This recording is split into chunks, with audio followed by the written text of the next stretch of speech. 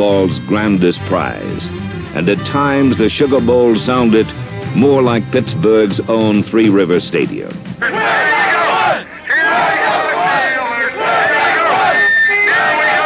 We're number one. Our voice is number two. Big hit for the Steelers. Yeah! Big hit for Franco. Yeah! Mean Joe Green. Yeah! White. Yeah! Big cheer for Chuck Noll.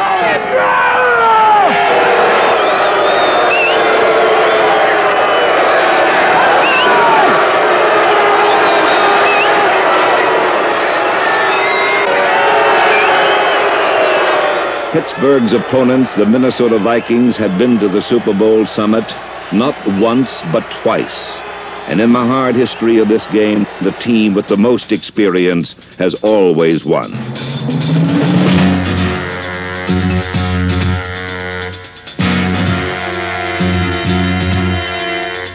So in the ninth coming of Super Sunday, the battle lines were clearly drawn.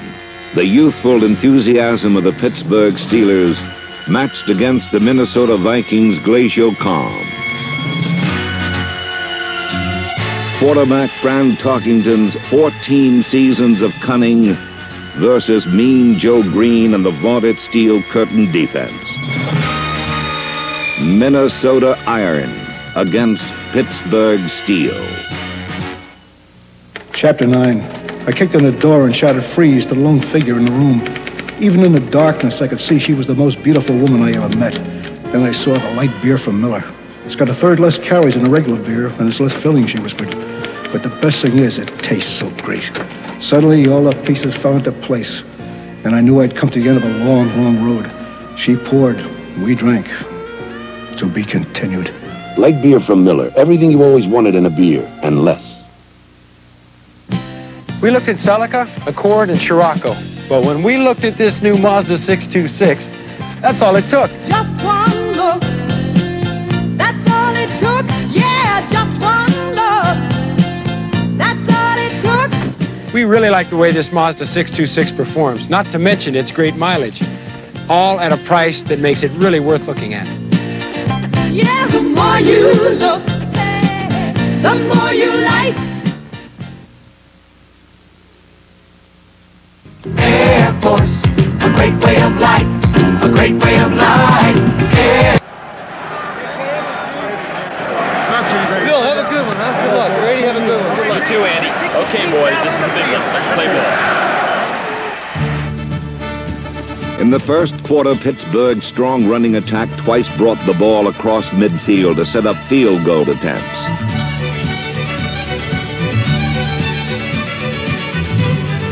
But both kicks failed. On the first, Roy Girella hooked the ball wide. This failure set the tone for the kicking performances of both teams for the entire game.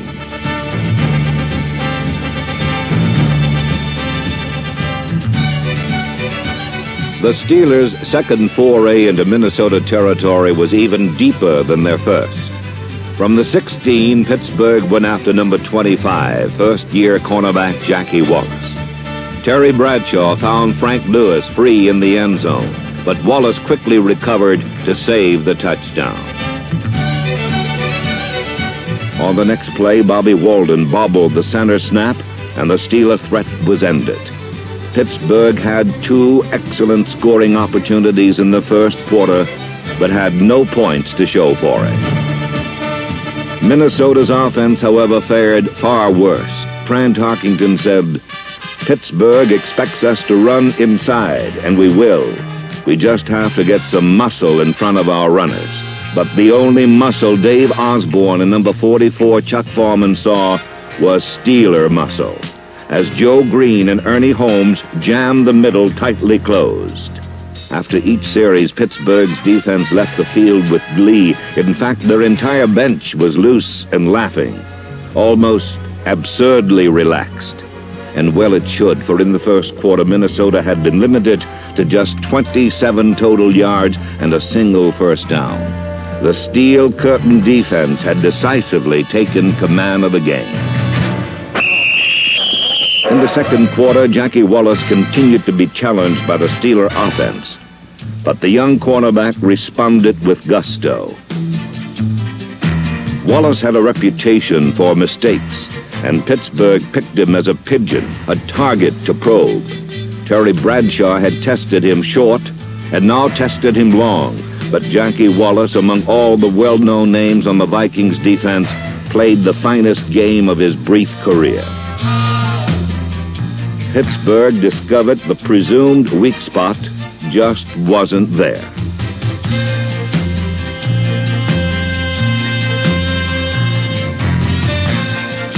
However, midway in the second quarter, Bradshaw buggy-whipped a pass to John Stallworth, and Wallace was burned for the first and last time today. The 22-yard play was the longest of the game so far, but its real importance was in the field position it gave the Steelers, for the Minnesota defense soon clamped down and forced Pittsburgh to punt.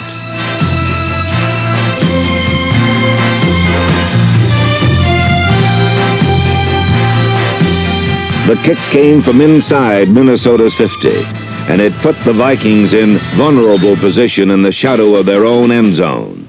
Thus, the scene was set for the first score of Super Bowl IX.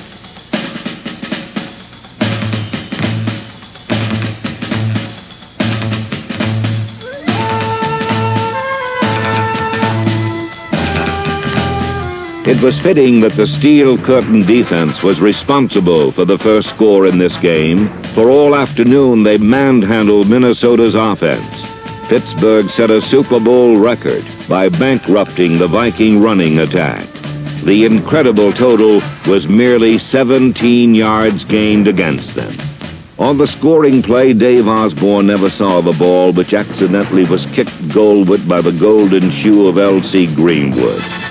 Dwight White's tag on Tarkington in the end zone completed the first safety in Super Bowl history, and Pittsburgh led 2-0. Now, with time in the half short, the Vikings came roaring back on the arm of Fran Tarkington, and for the first time today, drove steadily downfield against the Pittsburgh defense.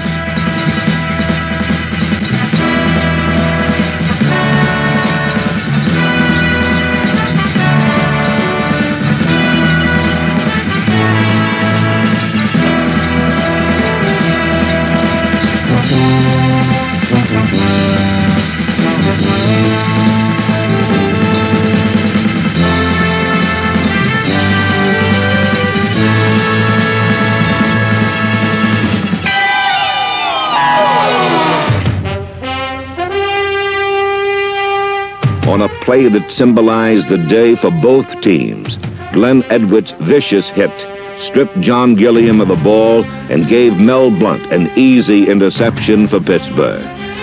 This was perhaps the most crushing blow of all, for instead of a Viking first down on the 5, the Steelers controlled the ball again.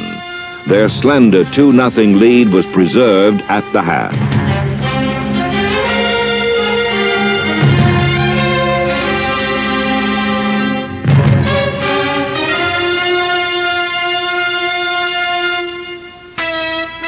Despite their mistakes and the absolute dominance of Pittsburgh in the first half, the Vikings were only 2 points down and would receive the second half kickoff.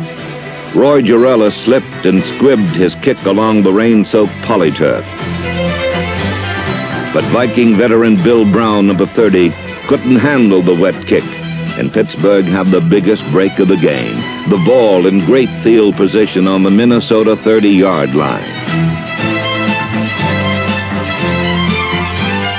Behind playbook-perfect blocking, Franco Harris went 24 yards before being forced out of bounds.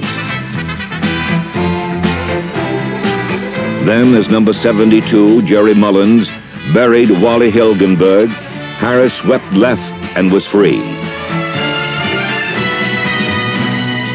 The first touchdown of Super Bowl IX increased the Pittsburgh lead to 9-0.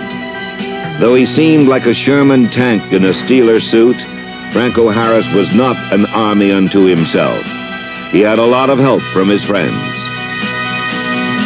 Pittsburgh's forward wall dominated the line of scrimmage by completely obliterating Minnesota's legendary Purple Gang.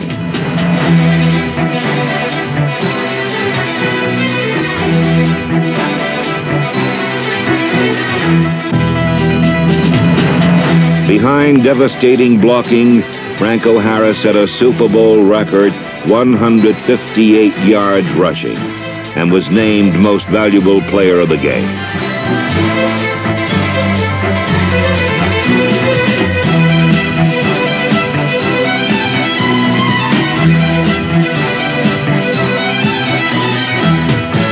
While the Vikings' defense was discouraged, the Viking offense was puzzled. For they never did solve the riddle of Pittsburgh's two tackles with their looping, stunting stack-over sets that terrorized center Mick